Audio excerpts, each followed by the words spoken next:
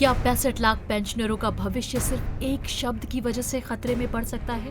क्या सरकारी दस्तावेजों की एक लाइन करोड़ों परिवारों के अधिकार को खतरा बना सकती है? आज हम बात करेंगे उस विवाद की जिसने पूरे देश के वरिष्ठ नागरिकों, सरकारी पेंशनरों और पारिवारिक पेंशनरों के दिल में हलचल मचा दी है। देश के 65 लाख पेंशनरों की सांसें अटक गई हैं, क्योंकि 8वें वेतन आयोग के लिए जारी टर्म्स ऑफ रेफरेंस यानी कि TOR में एक लाइन लिखी गई है।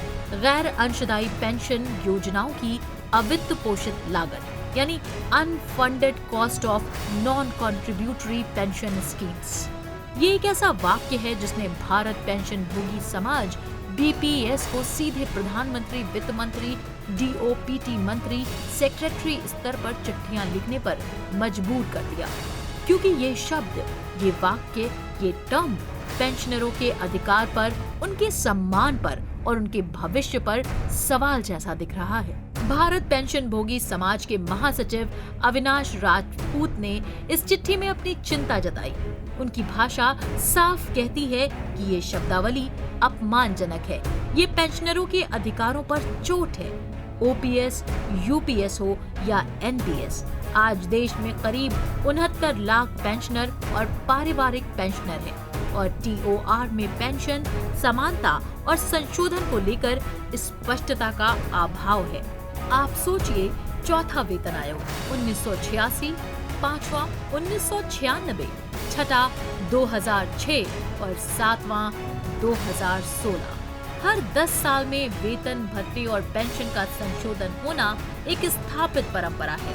तो 8वां वेतन आयोग 1/1/2026 से लागू होना चाहिए, ये न्यायोचित है। कार्य दिवस के पैरा में एक वाक्य जिसने आग लगा दी।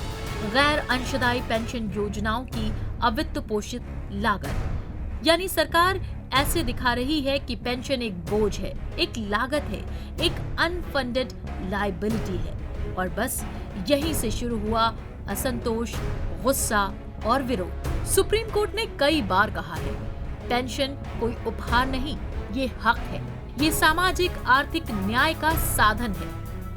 DS नकारा केस, विजय कुमार बनाम सेंट्रल बैंक केस, अनुच्छेद 300A, सबकी भाषा साफ है, पेंशन यानी अधिकार। तो BPS का सवाल है, जब सांसदों की पेंशन, जजों की पेंशन, संवैधानिक पदों की पेंशन सभी गैर अंशदायी हैं, फिर इस शब्द का इस्तेमाल सिर्फ कर्मचारियों और पेंशनरों के लिए क्यों? एक लाइन में कहें तो सरकार खुद तो पेंशन को सम्मान मानती है, पर कर्मचारियों की पेंशन को खर्च और बोझ क्यों बता रही है? ये वही लोग हैं जिन्होंने अपनी पूरी युवा उम्र इस देश की सेवा में लगा दी, जिन्होंने सरकारी दफ्तर, रेल, रक्षा, डाक, शिक्षा, हर जगह अपना जीवन दिया। और जब इनकी उम्र का आखिरी पड़ाव है तो उनकी पेंशन को अनफंडेड बर्डन कहना, ये बात उनके दिल में चुभ गई है।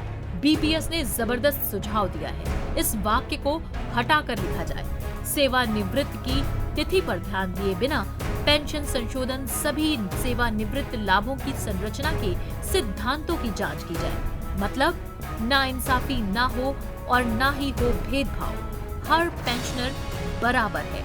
BPS सिर्फ शब्द हटाने की बात नहीं कर रहा, वो कई बड़े सुधार चाहता है।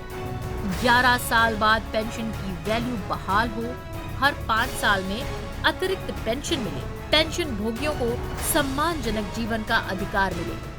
8वें वेतन आयोग को सभी सेवानिवृत्त लाभों की समीक्षा का अधिकार मिले। ये वही सुझाव हैं जिन्हें संसदीय स्थायी समिति ने भी समर्थन दिया है।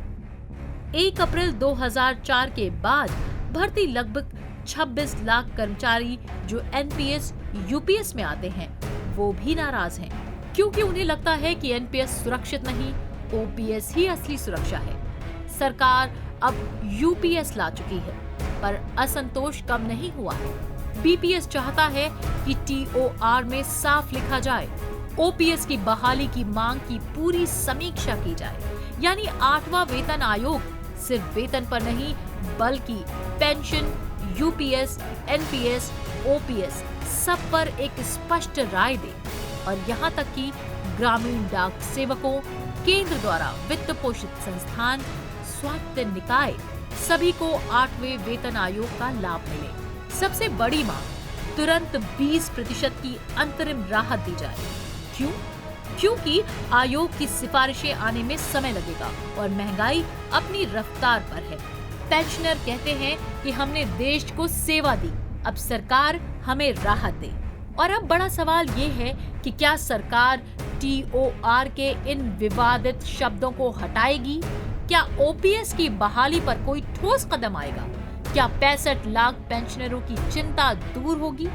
क्योंकि याद रखिए, देश उन्हीं कंधों पर खड़ा है जिन्होंने इसे अपनी जवानी दी है। पेंशन का अधिकार है, सम्मान है, सुरक्षा है और अब उस सम्मान की लड़ाई अब एक नए चरण में प्रवेश कर चुकी है।